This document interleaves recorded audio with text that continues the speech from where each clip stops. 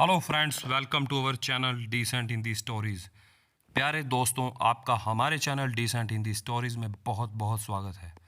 आज हम लेकर आए हैं एक पुस्तक, the power of positive thinking का सार, सकारात्मक सोच की शक्ति। आज आप लेखक नॉर्मन विंसेंट पील की पुस्तक सकारात्मक सोच की शक्ति, the power of positive thinking के जरिए जीवन को एक सही नज़रिए से देख पाएंगे।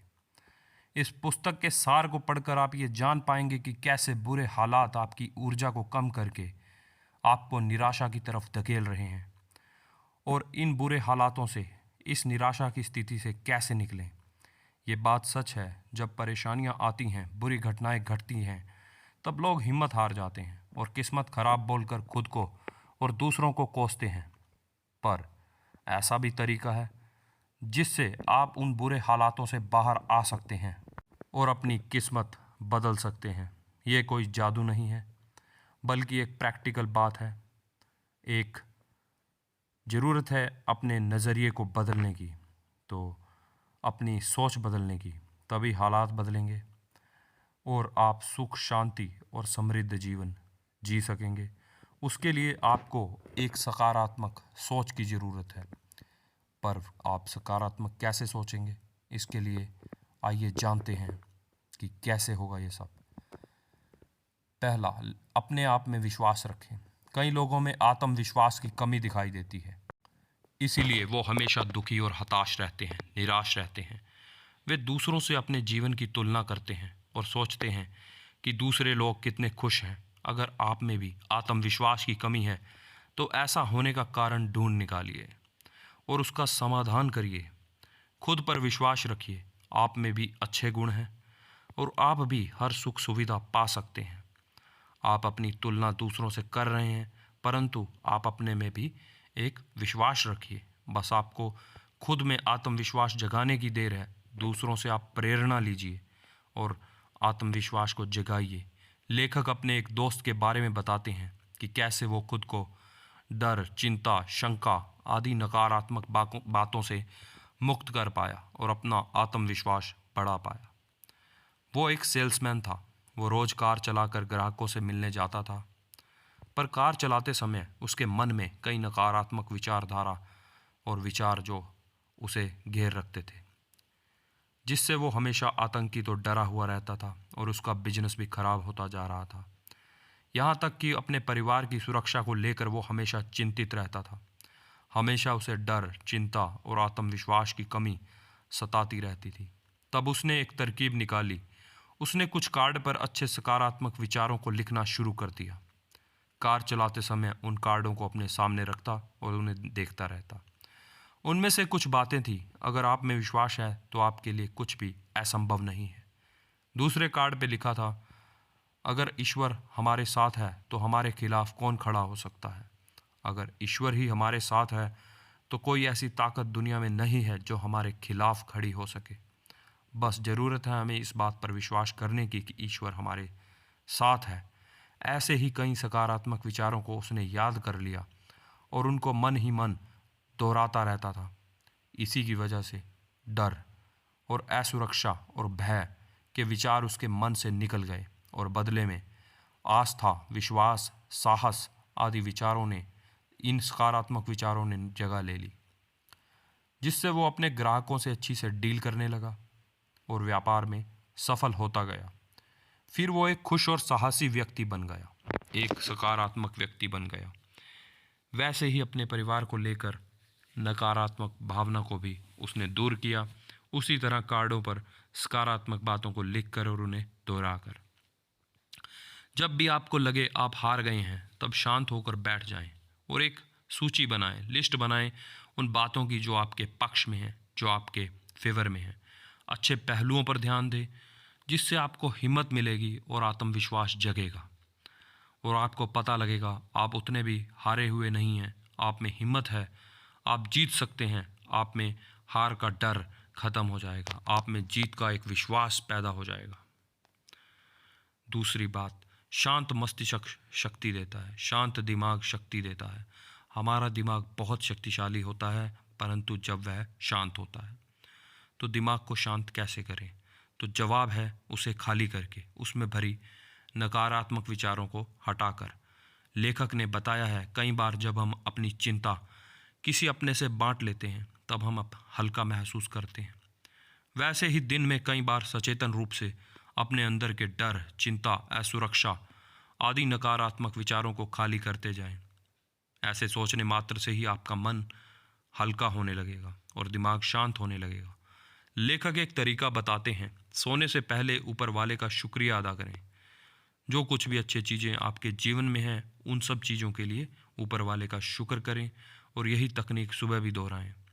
इससे आप अपनी परेशानियों को खाली कर पाएंगे और बदले में भगवान से शांति का उपहार ले पाएंगे।